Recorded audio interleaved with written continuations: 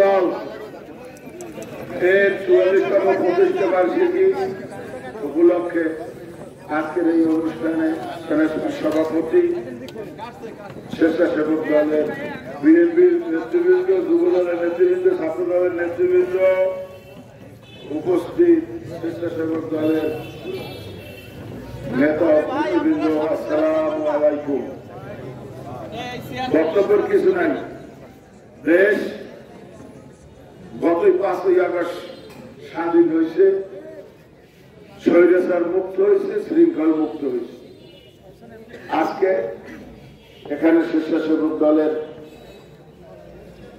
জন্মদিন উপলক্ষে, প্রতিষ্ঠা বার্ষিকী উপলক্ষে উপস্থিত স্বেচ্ছাসেবক দলের নেতৃবৃন্দ, আপনাদের উদ্দেশ্যে একটাই বক্তব্য, শৃঙ্খলা বজায় রাখতে হবে। সন্ত্রাসী কর্মকাণ্ড করা যাবে না, চাঁদাবাজি করা যাবে না। সমস্ত মানুষের জালমালের নিরাপত্তা নিশ্চিত করতে হবে, পাহারা দিতে হবে। আমরা